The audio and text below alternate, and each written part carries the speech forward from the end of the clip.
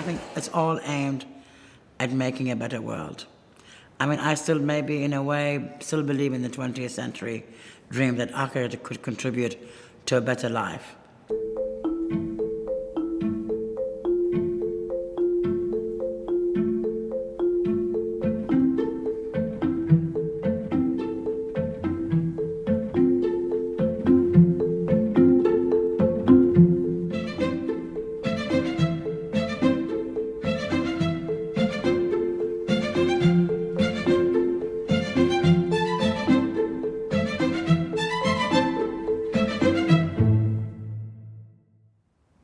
Zaha Hadid was one of the most innovative and influential architects of our time.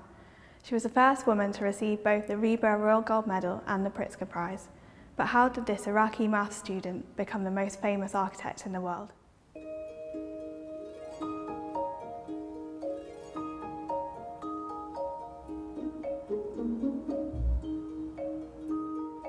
Zaha began her studies at London's AA in the early 1970s. Under the guidance of her tutors, including Bernard Tschumi and Rem Koolhaas, and inspired by the Russian suprematists and constructivists, Zaha's paintings and drawings portrayed lines of movement like no one else. When I first met Zaha, I knew that she was exceptional. I met her at the AA because Alvin Boyarsky asked me to come to her crit. And I did not know Zaha, and the crit was not only for Zaha, but for a few people in her studio. And she behaved as if she was the tutor. She dominated the studio. She kept telling everybody what to do. So I just suddenly, when she started presenting her project, so to my greatest surprise, I found out that she was a student. And I've never forgotten it because she explained her project.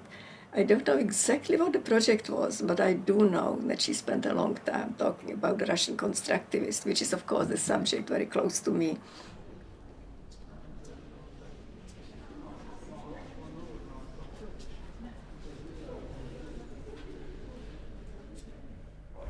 I think it's well known that the period at the AA that I'm talking about was very special, and people are picking over it now, wondering how and why it was so special. And of course it was to do with personalities, but it was also to do with the system and the setting. You know, a row of beautiful Georgian houses in Bedford Square in a traditionally academic part of the city. And yet we were imagining entirely new scenarios for cities, and what role architecture could play in that. It was brilliant.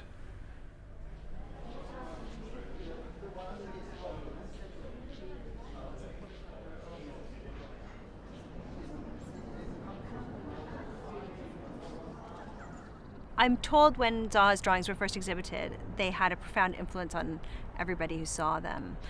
They were just a completely new approach to looking at the city and at the plan.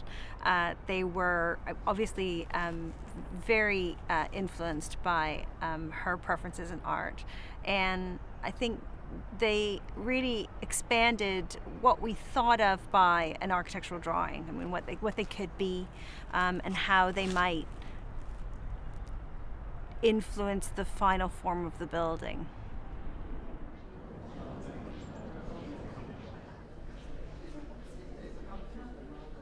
Hong Kong was the first big one that got international coverage, which wasn't built, but it kind of revealed a vision and a way of communicating architecture which had never been seen before. I mean, people were seduced by the drawings, but they couldn't really understand them. That was kind of, oh my God, how do we read this? But they somehow seduced you into believing that there was some other kind of architecture which was less confined by gravity, which was more to do with slippage and, let's say, the dynamics of geology and the earth, like rock moving, was something that inspired her.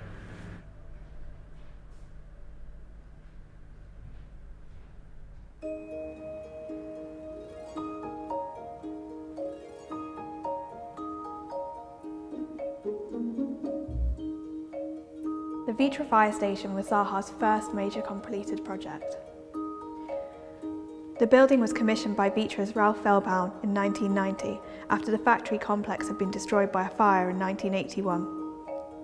Completed in 1993, the building feels very much like being inside one of Zaha's early drawings.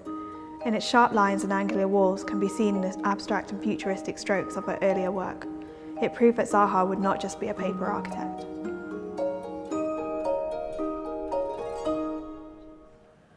Zaha had a very long period when she did not build anything. And since I met her when she was still a student, and then when she left school and became a teacher, and we kept on winning competitions, but not really being still terribly far from any construction, or because her drawings were not kind of promising that they could be built. And they were far too abstract, probably for the developers or people who decide of what is built and what is actually put in practice.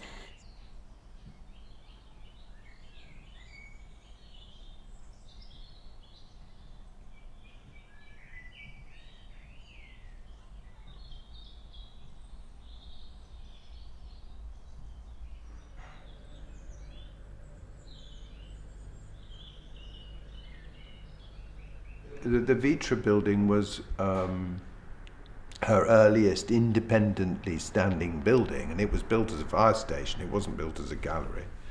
So it represents its time and her thinking at that time, and the way that her studio was formulated and the ideas that were circulating at the time. But I think there's an absolute continuous evolution of the ideas and her role in generating them. I think she became more open to looking and learning and being kind of open to possibilities that perhaps she couldn't have had without, the collaborative environment with Patrik and others.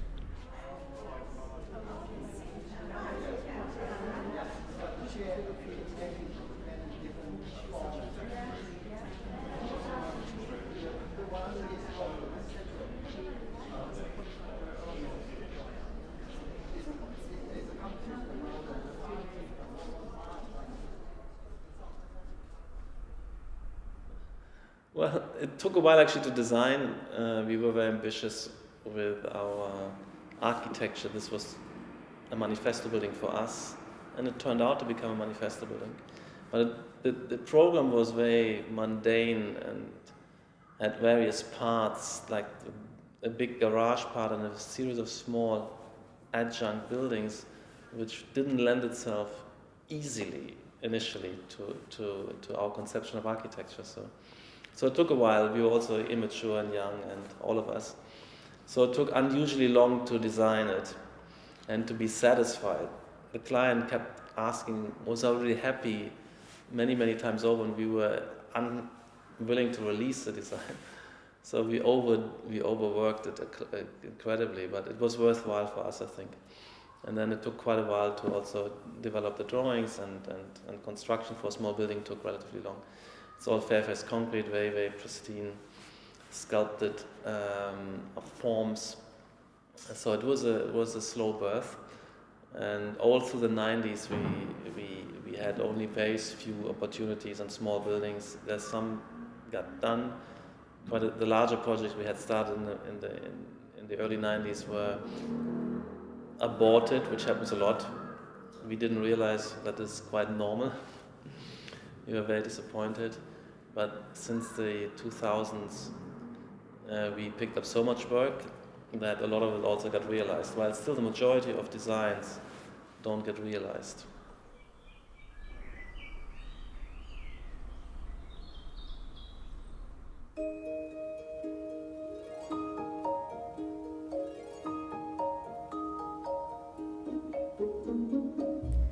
By the time it completed in 2010, the MAXXI building in Rome became Zaha's largest project to date. The building, which took 11 years to complete and had negotiated 6 changes in the Italian government, opened to a mixed reaction from critics, many of whom were concerned Zaha's trademark sloping walls and sweeping spaces would make it difficult to display art. But the building went on to win the Stirling Prize, being crowned the best building by a British architect in 2010.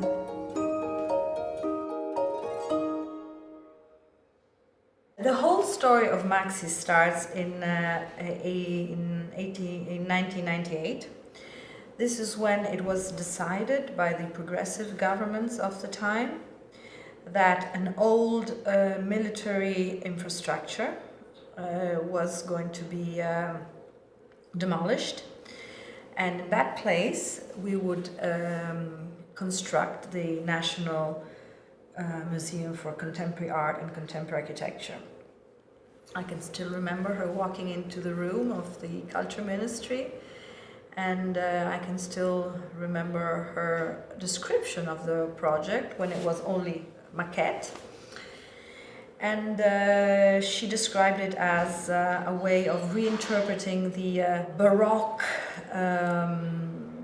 culture and environment of Rome. And so that's when the whole adventure started.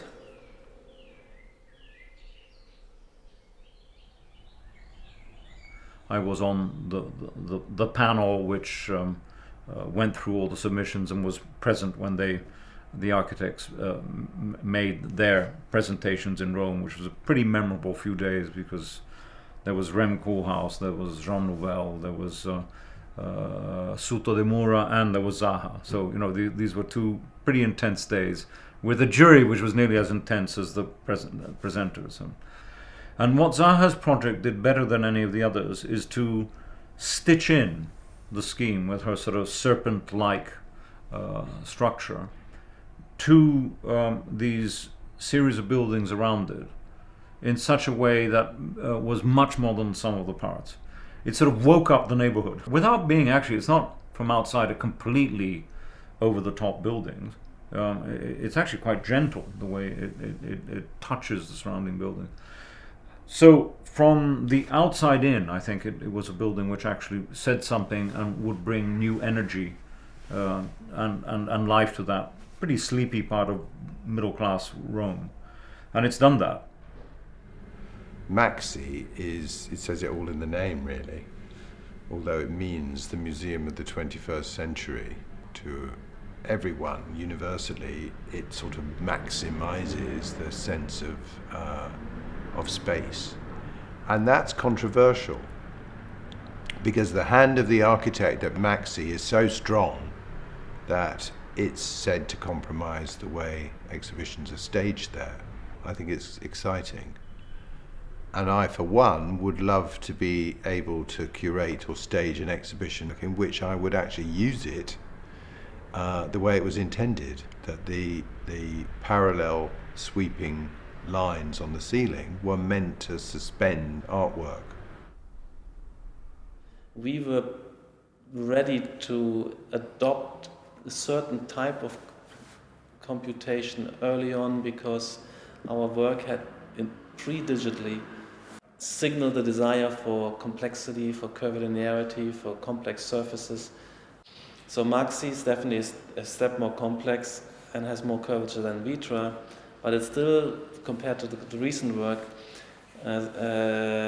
was more controlled. And that was a very important step to say, we've convinced ourselves about the beauty and viability of this work, but we are not convincing anybody else. So we had to make a big effort to make these ideas tangible with large models, 3D computer models, but also with a slightly constrained and restrained palette. I think that was very important strategically.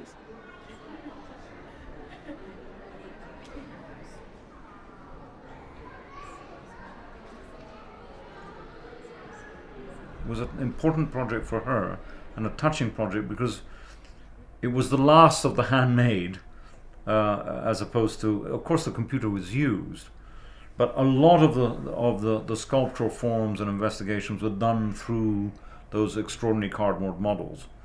Then, yes, tested on the computer and all that. There's a whole generation of buildings since then done by the practice, which start from the computer, and I think you can actually feel that. And I think her passion for the building, she literally said it, that building was so important for me. There was also Rome. Rome for Zaha, she's a Baroque figure, voluptuous in every sense. She enjoyed the drama that she created on the streets, and the headlines at the time were La Borromini. The female Borromini has come 400 years after, and of course she roared with laughter and thought this was absolutely hysterical.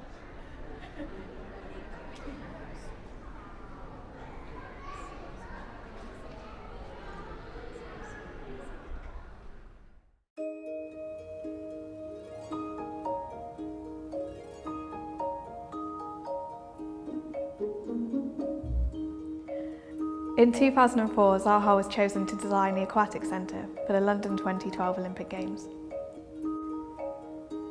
The building, like many of Zaha's other projects, was heavily influenced by landscape and the city and was designed to reflect the surrounding park. Her first major building in London, the project propelled Zaha into the public eye.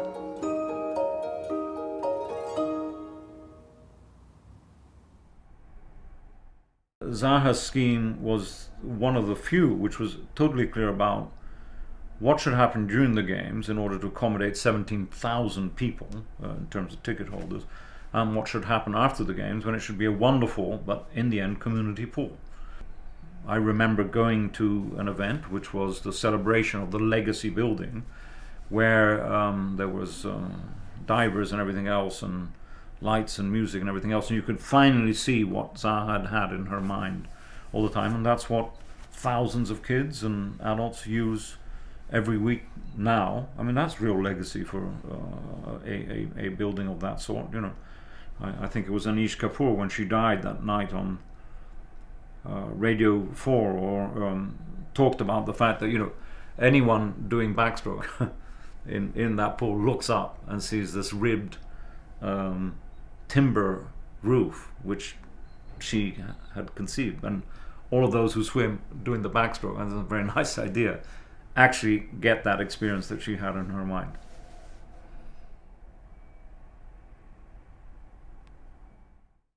I mean, she was a natural star in many ways. She always felt special. At the school already as a student, she was treated as a star student. She was very early on exhibited with OMA and MoMA early already, and then again at the Deconstructivism show at the ICA in London. So for her, and she was an internal star. I considered her to be a star within the discipline. Gradually this became more, it was not architectural magazines, but became then Vogue and Bazaar, Harper's Bazaar, or a broadsheet paper.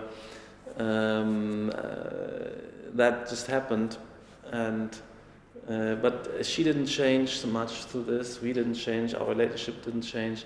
She was very approachable, and we were all a big family here.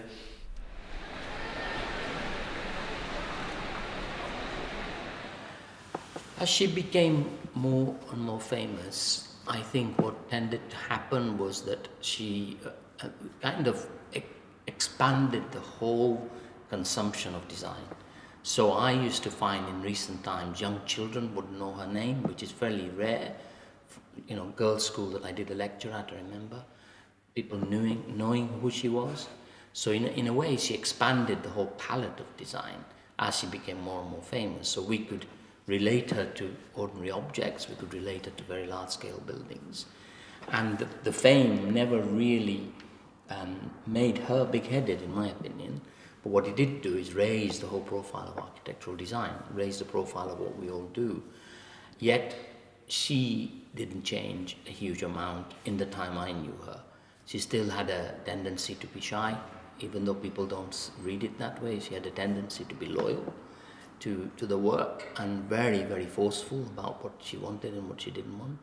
So these things were the things that I don't think changed, because as a person, I don't believe she changed enormously. I just think the way we consume the work improved as it became more and more visible and experiential to people.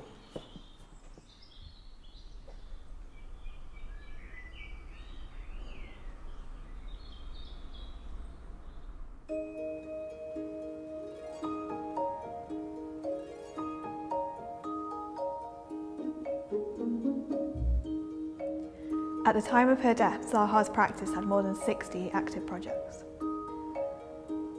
The legacy of the studio she created will live on through this work. Zaha left an indelible mark on architecture, creating her own unforgettable style which pushed the boundaries.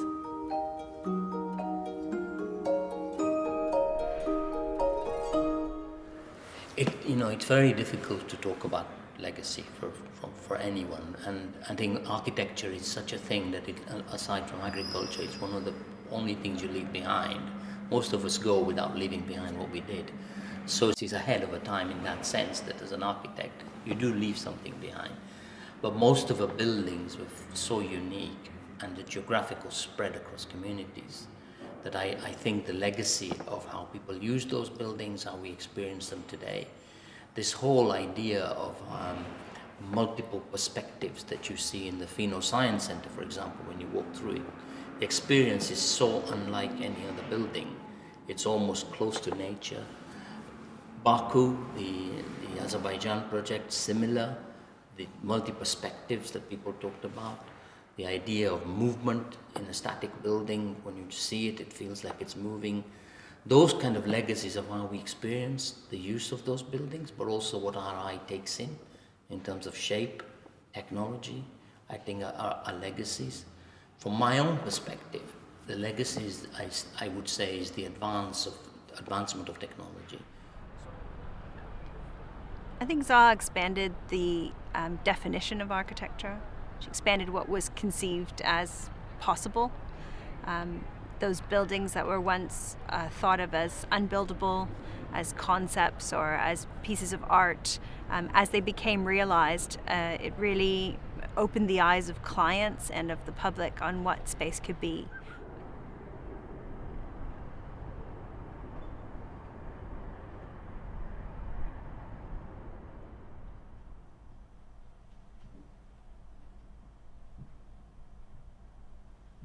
I don't think, I have to say, when she said that she didn't like to be called a women's architect, she was not. She was the architect.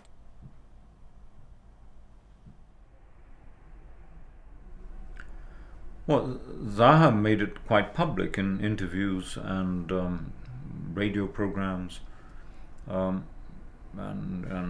interviews with the press that she, from an early life, made a compromise that in order for her to execute her art, a lot of other things had to be put aside. And she mentioned this, relationships, family. So there was somewhere in her heart and her mind, this total dedication to what she believed in, and the creativity comes with a sort of psychological strength, which was also touching when she, in the gold medal, showed pictures of, at the age of 12, rearranging her furniture, and her mother saying, okay, you redecorate your room, I'm not going to ask someone else to do it, because, anyway, you're going to have your own way. And I think, that was all the way until the day she went to Miami and then never came back.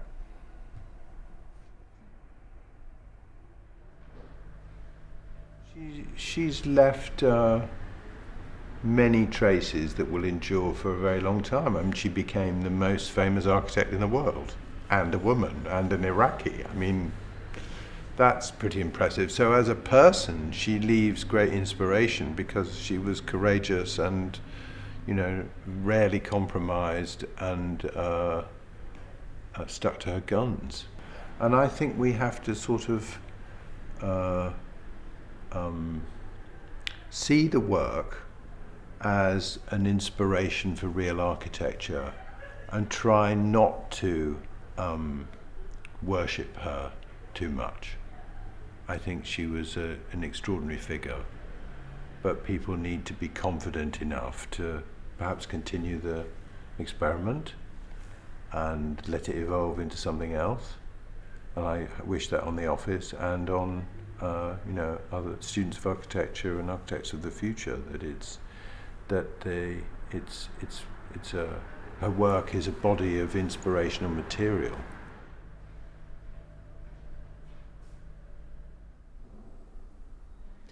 I think it was massive impact. The degrees of freedom a designer now has been massively expanded by her. The way she was able to use the rapid hand movement, the calligraphy of fluid pulsating curvatures to be a legitimate architectural possibility was very important. And that has been picked up by many others, by a whole new generation of architects. And I think we're still at the beginning of impacting the built environment with these new degrees of freedom, which are new repertoires and new problem-solving repertoires, therefore. So the legacy is, I think, growing.